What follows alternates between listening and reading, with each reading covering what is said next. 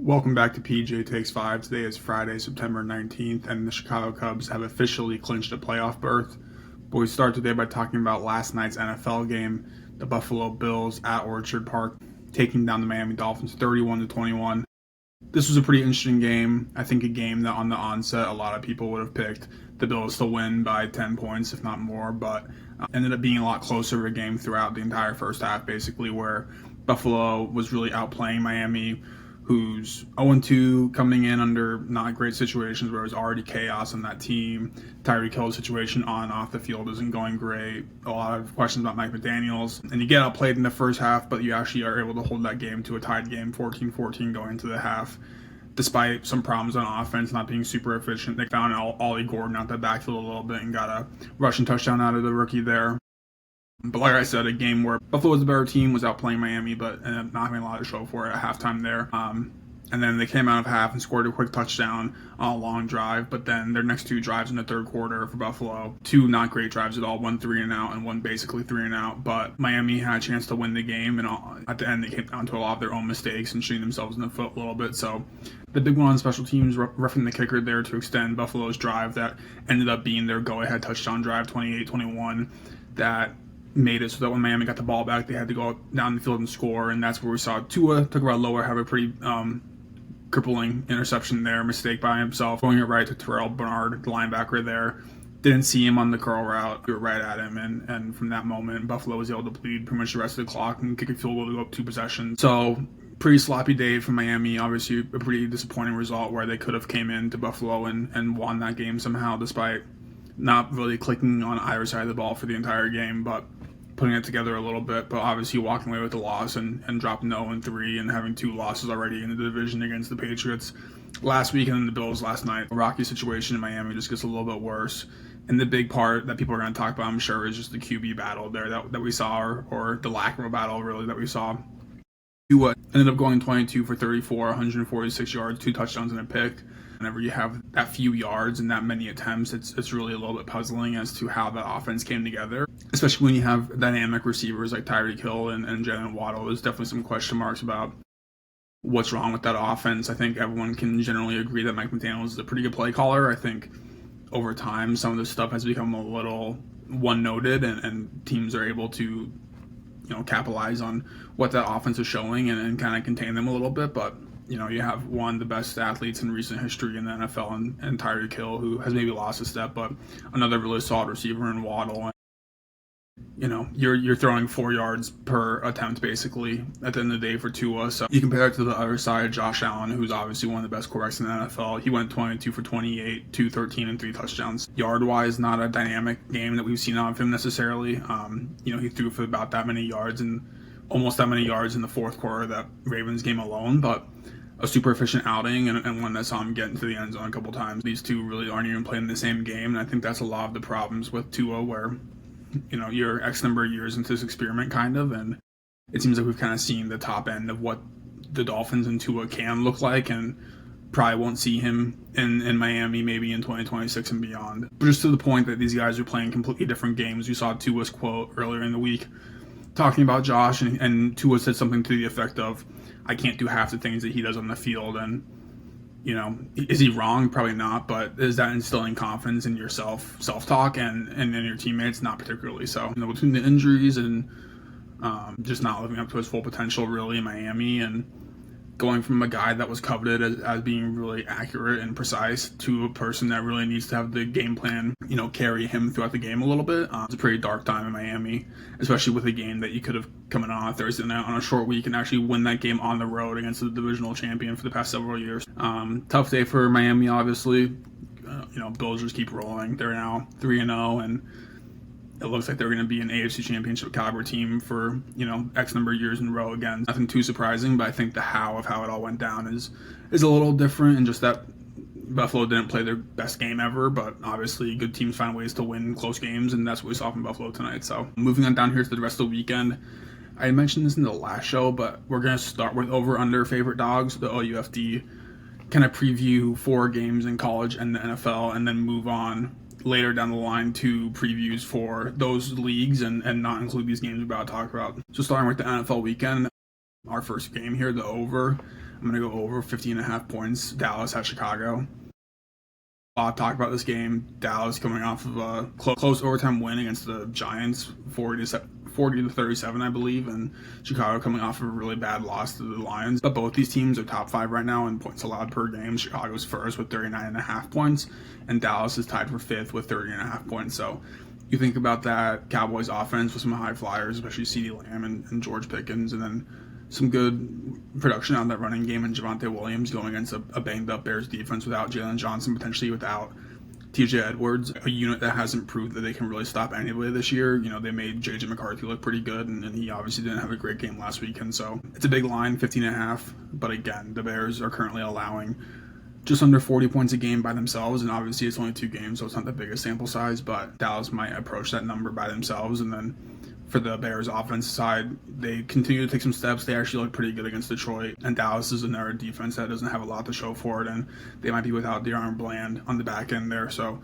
should be some opportunities for Caleb to continue to foster that connection with Rome and work from the pocket and you know, keep taking these steps that we expect to see out of a young quarterback who's getting unlocked with Ben Johnson. And under the week, I have under 43.5 points in the Jets-Buccaneers game in Tampa Bay. Jets last week just had 154 total yards against the Bills. We got Fields recovering from a concussion, might not even play this week. I think it is going to be Tyrod Taylor. At Tampa Bay as a team that has a really stifling defense, really limited Houston offensively on Monday night last week, 3 sacks total, and kept Houston over 2 in the red zone and touchdown conversion. Tampa with Todd Bowles calling the shots and a really talented front 7 and back end. Just a group that is going to make Taylor's night pretty rough. Obviously, Tyrod Taylor is a veteran in this league and has seen a lot of stuff, but even a guy like Todd Bowles can get after a veteran quarterback. And then from the Bucs offensive side, you know, you can probably win this game without scoring too many points. The Jets, I don't think, have a bad defense. They had a pretty bad showing against the Bills last week, but like I said, the Bills are one of those really good teams and find ways to win and can dominate on the ground and through the air, so it's not super surprising necessarily. I think with Aaron Glenn back there, you know, they're in a rebuild for sure and trying to do things the right way, but ultimately, I think this is a pretty low-scoring game. My favorite of the week, I have San Fran minus 2.5 against Arizona. San Fran's still a pretty banged-up team. Brock Purdy was limited in practice this week, but I think at the end of the day, they are a better coached team than Arizona. I know Arizona is the one team that has given Kyle Shanahan some fits in the NFC West. Arizona's 9-7 against Shanahan, which is his worst record in the division, and then you look at games in San Fran, and Arizona is actually up in that series 7-4. So a team that usually gives these guys a little bit of trouble, but I still think that the Niners can figure out how to pull this one out. Arizona, I still think there's a lot of question marks, especially when you look at the early return on Marvin Harrison Jr., the rookie from last year, and he's yet to really take that step with Kyler Murray and become that go-to wide receiver like we've seen Malik Neighbors already be, and we're seeing Roman Dunze become a little bit, but the positive thing with the Cardinals, they're starting to see some of the production out of their offseason additions, especially on that defensive side of the ball. Josh Sweat got a big strip sack last week against Bryce Young, and then Will Johnson had a good game as well, 3 tackles and a pass deflection. So we're starting to see those guys that they committed to over the offseason come up for that defense. They're a unit that shouldn't be taken lightly, but ultimately I think San Fran takes care of this one in San Fran. My favorite dog of the week at Houston plus 1.5 against the Jaguars. So obviously kind of a pick'em game here. Houston coming off a really disappointing loss a week ago against the Bucs. Lost on a game-winning drive there. The O-line problems for those guys are very real, and we're starting to see CJ Stroud kind of plateau a little bit without a lot around him to work. Obviously he's got the big number 1 receiver in Nico Collins, but a pretty unheralded wide receiver room outside of him, and an older running back in Nick Chubb, and a put-together offensive line. That's not to say that the Jags aren't without their own dysfunction. We've seen some problems at the wide receiver position between their last 2 first-round picks and Brian Thomas Jr. and Travis Hunter, but at the end of the day, I think Houston has a lot to prove this week and you know, remind the guys in the AFC South that they are the team to beat in that division, no matter how strong the Colts have started. So I expect the Texans to pull this one out on the road. And then for my college picks, I have over 56.5 points in that Texas Tech-Utah game. So number 17 at number 16 there. A game that's headlined by 2 really talented quarterbacks. We got Baron Morton for Texas Tech, 57% completion, 722 yards, 7 touchdowns and a pick throughout his season. And then we got Devin Dampier for Utah, 73% completion percentage, 628 yards, 7 touchdowns and no picks. Has also tacked on 198 rushing yards and a touchdown. That leads the team both in passing and rushing. Two guys who have different play styles and command their offenses differently, but at the end of the day, I think these are offensively based teams that don't have the defense to hang with the other group. So I think against that 56.5 mark shouldn't be too hard for that game in Utah. My favorite under of the week, I got Florida at number 4 Miami, going under 51.5. We saw a really tough game from Florida last week against LSU where they lost 20-10, but it really wasn't even that close. DJ Lagway threw 5 picks against LSU, which albeit is a really talented defense, but now you're playing a Miami defense that is on that same level and has a really strong pass rush, and they're not going to let him be comfortable in any part of this game. And then Miami, another game where they might have to do a lot of scoring to come out with this one. I think Carson Beck has become a very good college quarterback and proved that as early as week 1 against Notre Dame. And now you're playing a team in Florida that's on the downswing a little bit. I think they can win this game without scoring more than 30, 28, 35, whatever points. And kind of shut down that Florida offense and keep the total number under that 51.5. My favorite in college, I got number 11 Oklahoma. I got number 11 Oklahoma, 7.5 against number 22 Auburn. Another game that's highlighted by the quarterback battle. We got OU and John Mateer, who has become one of the best quarterbacks in college football. Obviously had the offseason gambling stuff on the Venmo that kind of raised some eyebrows, but the big story on the other sideline is Auburn quarterback Jackson Arnold coming back and facing a team that he used to play for 2 seasons in Oklahoma. At the end of the day, I think Oklahoma's quarterback material is just better. There's a reason they let Jackson Arnold go and brought in Mateer to the starting role. Another game, I think Oklahoma showed me a lot against Michigan where they were able to physically beat them down at the end of that game, but really this one just comes down to the quarterback battle, and I'm sure Arnold's going to give it his best shot to show them what they're missing, but at the end of the day, I think Mateer is just a better quarterback and a better weapon for that Oklahoma Sooners offense. And then my favorite dog of the week, this is one where I'm almost shocked that these guys are underdogs and by such a big number actually, but I got number 9 Illinois plus 6.5 at number 19 Indiana. It's interesting, this is the first time these two teams have played where they've both been ranked since 1950, so 75 years since these guys have played a top 25 matchup. Plain and simple, I just think Illinois is a much more physical team. We see that on the O-line, we see that in the front 7. They've produced NFL talent at a pretty high level over the past couple seasons between the Brown twins and then Devon Witherspoon, a bunch of really talented and physically gifted players who are imposing despite, not being the biggest guys on the field. And I just think this is kind of a story of 2 different head coaches. You got Brett Bielema in Illinois, who's just mean and hard-nosed and is going to have a little bit of trash to him. And then you have a guy like Kurt Cignetti at Indiana who talks a lot of trash, but at the end of the day, I think there's some questions about how tough he really is. And I think these teams just kind of are going to embody those coaches, and I just think Illinois is going to be able to, win probably, but certainly lose by less than a touchdown. So I have them as my dog of the week. Going down here to the NFL preview, we're going to talk about all these games except for the ones we just mentioned in the over-under favorite dogs. So starting on noon with Green Bay at Cleveland, just a thing or two about each team. Starting with Green Bay, their defense should very easily be able to take care of Cleveland. Their defensive line is far better than Cleveland's offensive line. You look at the Packers, a team that's got 4.0 sacks per game. That's tied for the second most in the NFL. And the Browns are a team that let up at least 2 sacks per game, and that's even with running the ball pretty heavily. But that's in the top half of the NFL, but still not an elite group that's going to be able to stop Micah Parsons and Lucas Van Ness and Devontae White and all the different players they have on that front line. And then for the Browns, they're in a tough spot where they're in a lame duck offensive situation. Joe Flacco's great. He's a great leader, but at the end of the day, you have 2 rookie quarterbacks. You're probably going to be picking in the top 10 again next year, if not top 5, top 3, top 1. It would make sense at some point here to see what you have in Dylan Gabriel and potentially even Shedeur Sanders and know going into the offseason whether or not you need to draft a new quarterback, which they probably will end up to, but you never know till you know. So at some point here, we're going to have to see those guys, and I get that rolling one of them out against the Packers isn't the best idea, but at a certain point here, we're going to have to see what Gabriel and Shedeur have in them so that the Browns can just decide what they're going to do in the future. I have the Packers winning that game on the money line there. Next game, Indiana at Tennessee. Colts obviously enjoying one of the best starts in the NFL and this year, but also in recent history. Still yet to punt heading into week 3. The only question I have for these guys, their offense has been really productive, but will that defense be able to do enough to thwart Cam Ward and the signs you've seen from him early? Very talented quarterback who doesn't have a lot to work with, but There's not a lot of players in that Colts defense that you look at as true game wreckers. I think DeForest Buckner is a really good player, but outside of him, it's a lot of projectionable players with traits that you're just kind of hoping that they put it together at some point, and we just haven't seen that quite yet.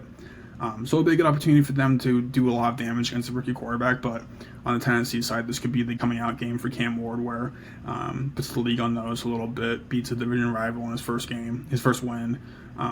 These games are always pretty close between division rivals, and especially at home, which the Titans are, and it could be a way for Cam Ward to get into a situation where you're down 3 or 4 at the end of the game and go on a game-winning touchdown drive. He showed a lot of flashes throughout the first couple of weeks here, and despite not being statistically the best quarterback we've ever seen, I think he's got a lot of things that the Titans are looking at as pretty optimistic for the future. I want to see him get his first win eventually, but I would say probably the Colts win this one as well. Next up, we got Bengals at Vikings, battle of the backup quarterbacks. Bengals starting Jake Browning in there, who's played with them at the end of the last game through 3 picks, but got them the win, and has also played sporadically throughout the past couple of years when Burrow went down. A group that has some really good wide receivers and tight ends, obviously, but some pretty questionable O-line play. Ended up getting Burrow hurt a little bit there, so you got to wonder how it's going to look for Browning, who's going to face a good Vikings defense, one that blitzes a lot. It might be a tough day for him against a veteran Brian Flores-led and coached defense, just seeing a lot of different looks defensively. Then for the Minnesota side, they're starting Carson Wentz, who has played a lot in this league, but not so much recently, is just 1-on-1 and 2 starts over the past 2 years. A guy who they picked up late in training camp after they traded Sam Howell to the Eagles, and after he didn't impress too well in camp. So you're now in a situation where McCarthy is expected to be out for 2 to 4 weeks, and you want to see Carson Wentz play pretty well in that time, and it'll be interesting to see what he can't get done with that talented Vikings offense, but one that still needs a quarterback to come in and play pretty efficiently and pretty dynamically. So I had the Bengals winning this one, but probably a pretty close game. Next, we got Pittsburgh at New England. Pittsburgh, just a good opportunity for that defense to reestablish themselves. We've seen TJ Watt and Cam Hayward combined for 0 sacks through the first 2 games. Both those guys making a lot of money. Get after Drake May, make his day uncomfortable, show him that he is a young guy in this league and that you have a veteran defense. For New England, it's just the opposite. Can Drake May continue to take that step? A quarterback kind of like in that Caleb situation where the first year was such a mess, and now you're looking at that second year of what can you do in a real system with a real coaching staff. His first game was up and down, 65% completion for 287 yards, a touchdown and a pick. And then last week it took a big improvement, albeit against a Dolphins defense that isn't spectacular. Finished with 82.6% completion rate, 230 yards, and 2 touchdowns with 0 picks. So we've seen that week-to-week growth. Can he just go another step? At the end of the day, I think I have the Steelers winning this one, though. Next, we got the Rams at the Eagles.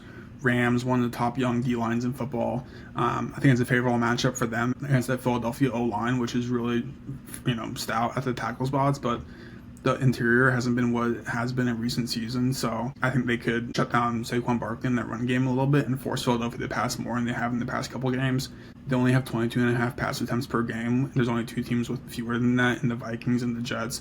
The Jets obviously a run-first team, and the Vikings a team with a young quarterback. So can the Rams make Philadelphia become a passing offense, which I think they don't want to be in reality?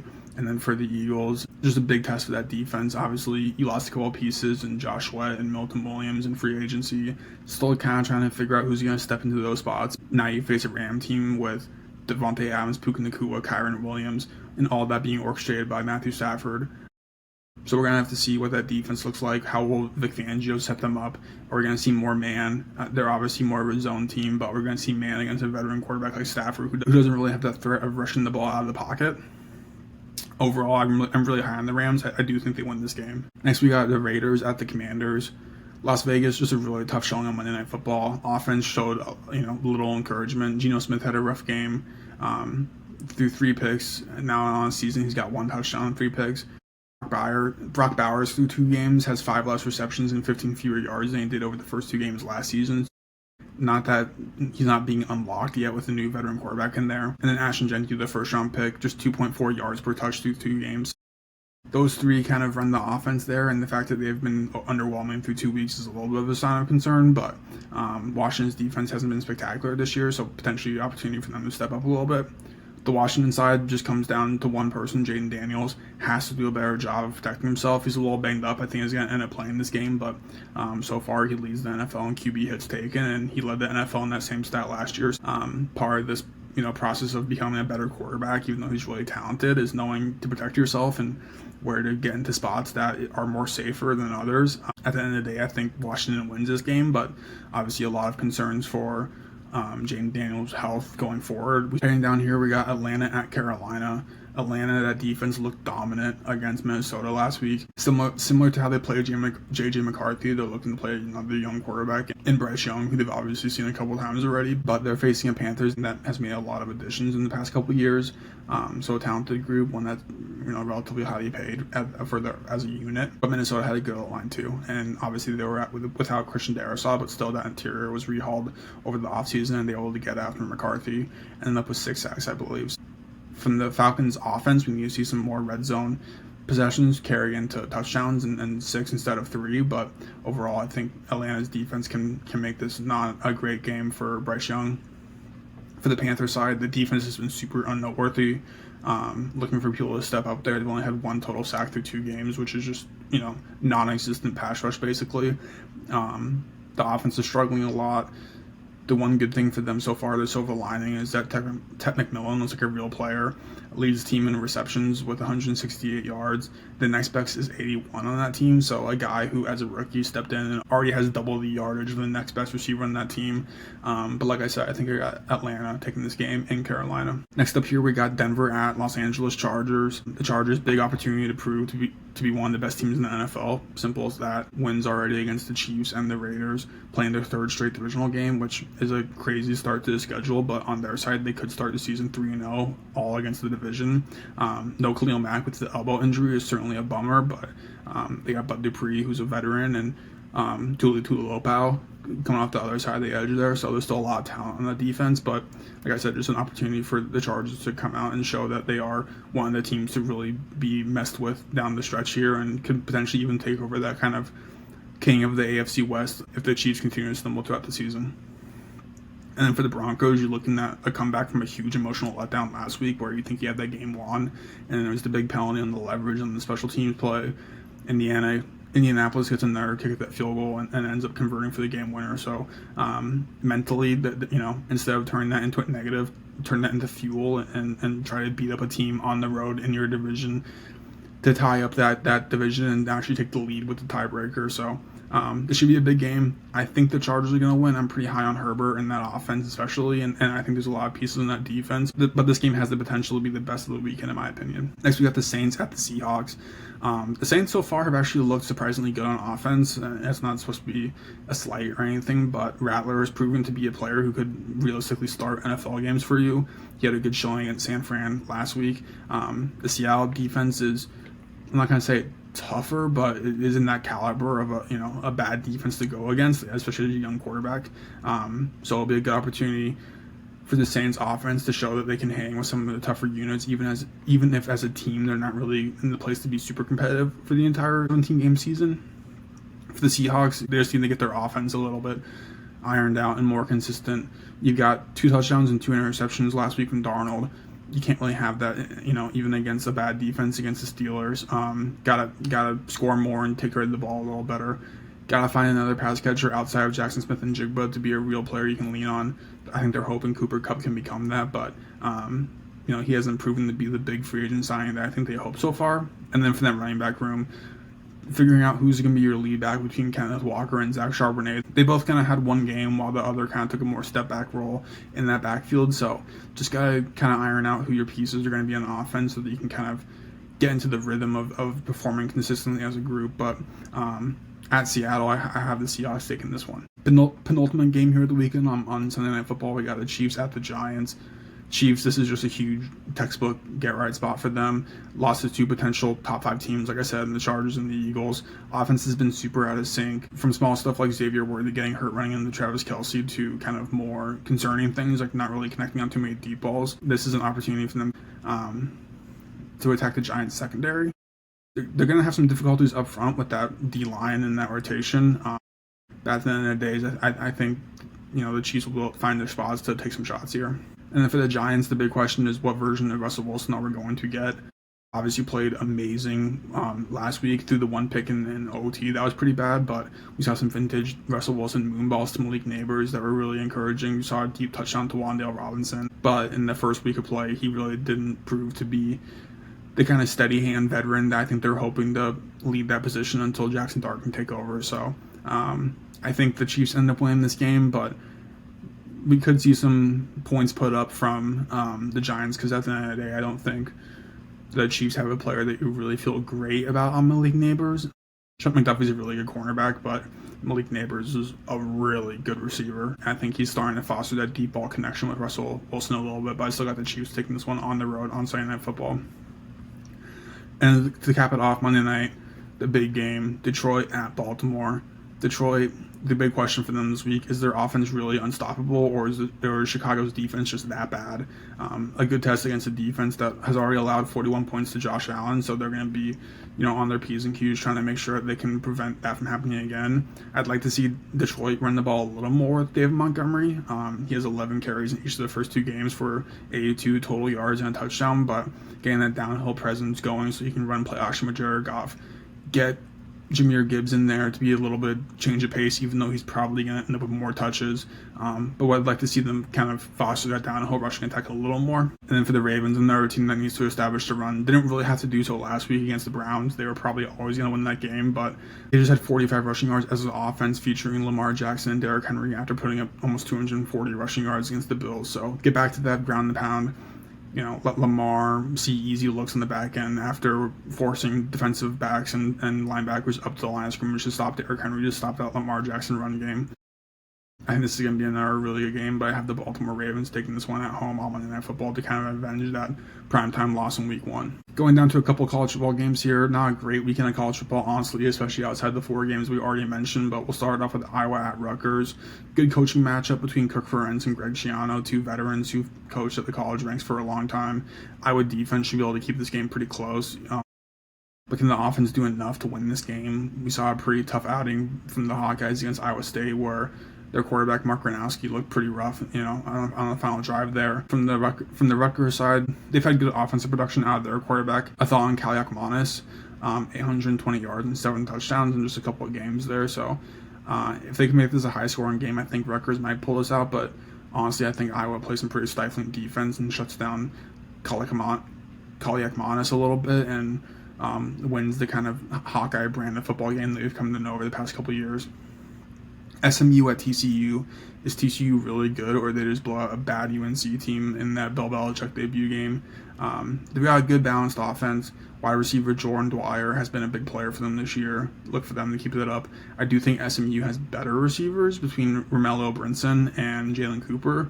But it just feels like overall 2 good offenses, 2 teams with a lot of talent out wide. This should be a pretty high-scoring game. So I think whoever wins this one has a case to be a legit team in their conference, but ultimately I go with TCU, proving to be, not that far away from where they were a couple years ago when they made a deep run in the college football playoff. A game that I'm going to be paying attention to next year, 21 Michigan at Nebraska. This is a big test for both teams. From Nebraska side, their closest game was against Cincinnati in Week 1 there, and they really almost lost that game. How will this team look versus a competent program and a competitive one in Michigan? Dylan Raiola turned back into a pumpkin a little bit. He's had a good start to the season, but again, not against the best competition, and now he's playing a team that's got a lot more on both ends of the ball. For Michigan, Bryce Underwood has been pretty underwhelming. Struggled against UNM at home, who I think they're a good team, but in his debut could have put up a better performance on the ground and through the air. They were physically outmatched versus Oklahoma. He had a really bad game against the Sooners too.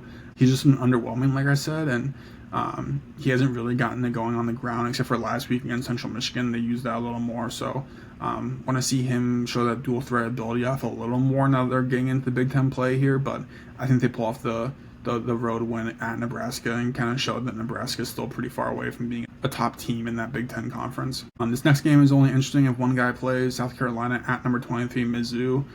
Talking about Lenore Sellers, quarterback for South Carolina there. Got hurt last week versus Vanderbilt with a head injury. Didn't finish that game. Vanderbilt ended up kind of rolling with Diego Pavia in there. If he plays, I think South Carolina's offense is really tough to stop, especially with that connection he has with wide receiver Nick Harbor. Those two are both athletic freaks, and I think they have a really good downfield connection. But if he doesn't play, it's going to be tough for them to beat Mizzou.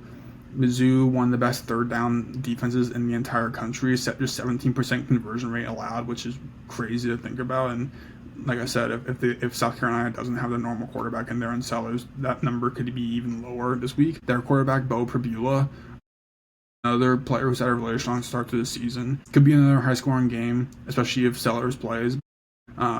Overall, I'm going to take Mizzou at home here, the ranked team beating up on the team who's unranked and might be without their leading offensive player and potentially the best player on that entire team. And then the last college game here, I got Arizona State at Baylor. This is an interesting game because at the onset of the season, I think we all thought Arizona State was pretty good and Baylor was pretty bad, and it turns out that Arizona State's not as good as we thought, and Baylor's not as bad as we thought. Baylor quarterback Sawyer Robertson already over 1,000 yards in just 3 games. They lost that game week 1 to Auburn, and it wasn't particularly close, but a great way to rebound, beating SMU in double overtime there. I think these guys are developing pretty nice and are starting to click for the Bears there, and Robertson's a big part of that offensive explosion that we've seen in recent weeks. They're going to be a tough unit to stop, and then you look at Arizona State, and you don't want to keep talking about last year, but they lost so much this past season with Cam Scatterbill going to the NFL, so they need to prove that last year's season wasn't just about one player, but was rather a good team that featured a really good player. And, they have yet to do that so far. They're 2-1, but they're 0-1 against any real conference team in Mississippi State there. So a good opportunity for them to get a Power 4 conference team, but at the end of the day, I have Baylor taking this one at home. And then we're going to round it off here with a little bit of Cubs talk. So like I said at the beginning of the show, Cubs clinched a playoff berth with a Wednesday 8-4 win over the Pittsburgh Pirates, first playoff berth in 2020. It was a really cool scene in the locker room and in the clubhouse and everything, celebrating with champagne. A good way to kind of get some good spirits in there, literally and metaphorically. Before the season wraps up here, it's obviously a grind of a season, and to have these moments before it's all over, before you head to the playoffs, where there's pure, elation is really cool to see. They've already had more wins than any season since 2018, with 88 heading into the weekend here. And they joined the Brewers and the Phillies, both NL teams, are the only teams to clinch playoff berths this early in the season, which is pretty fun. Obviously, having the 2 National League Central teams already clinched it is pretty unique and shows that, for as good as the Brewers are, the Cubs really aren't that far behind in terms of regular season production. They turned the page quickly to a 4-game series against the Cincinnati Reds from Thursday to Sunday. Lost the game last night 1-0. Colin Ray had an outstanding night from the mound, but obviously, you have a big celebration and you kind of get like a big monkey off your back, and it's hard to turn around the next day and play like nothing happened and try to respect every single game. So not super surprising they lost that game 1-0, but Friday, Saturday, Sunday, they still got 3 games against the Reds, who are still looking to potentially make a playoff berth of themselves. The Cubs enter the weekend 5 games behind Milwaukee for the NL Central lead. They are 5.5 games ahead of the next team for the first wild card spot, so there's a good chance they enter the postseason as the 4 seed. But all 3 of the remaining series, the Reds, like we said, the Mets, the Cardinals, all those teams are still alive for the wild card berth, so it's not like they're just going to play teams who are kind of rolling over here. Those teams want to win games, and the Cubs maybe don't have quite as much to play for, with that NL Central title being just out of reach in all likelihood. But just good for them to clinch and know that we're going to get some playoff baseball in all likelihood, and in all likelihood some playoff baseball at Wrigley Field, which should be super cool. Not to dox myself, obviously, but I don't live far from Wrigley, so it'll be cool to see all the movement and excitement going on in Wrigleyville during this time. And the big question for the Cubs just going forward here is the playoff expectations. Despite the seeding, still one of the best teams in the MLB, so one of just 3 teams already who have clinched, so proving that even without winning their division, they are top 3, top 5, top whatever team heading into the postseason. Their plus 133 run differential is actually the second best in the MLB, behind only the Brewers. So just another kind of stat that shows that they're a really solid team. And only 3 teams, the Gardens, the Mariners, and the Phillies, have more wins over the last 10 games, not including last night's game, because I did this research before they played on Thursday night. But just proving that despite being already clinched and already in the playoffs, they're still playing good baseball as of late, and they'll look to continue to do that and have some good momentum heading into the postseason here. So super excited about the Cubs and getting that playoff berth for the first time in a while. I was just talking to somebody the other day about how I very vividly remember that 2016 team, but it's already almost a decade away. So it's been a while since they've made the playoffs, but definitely a while since they've been super competitive in the playoffs. And I think this is a team that has the potential, talent-wise and pitching-wise, to make a run. And it all gets easier if somebody beats out the Brewers, but there's a non-zero chance that these two teams face in the playoffs, and the Cubs actually had that series on the season, so it could be some good vindication for them to lose the NL Central, but at the end of the day, knock them out of the playoffs and go on a deep run here. So super excited to see that. Super excited, as always, to watch NFL and college football this weekend. We'll come back on Tuesday to talk about it all and recap how I went with the picks. We're doing pretty good on the picks, 11 for 20 on the year, which is not bad after starting the season 0-4, but hopefully this week will be a good one. So I'll talk to you guys Tuesday and we'll break it all down. Peace.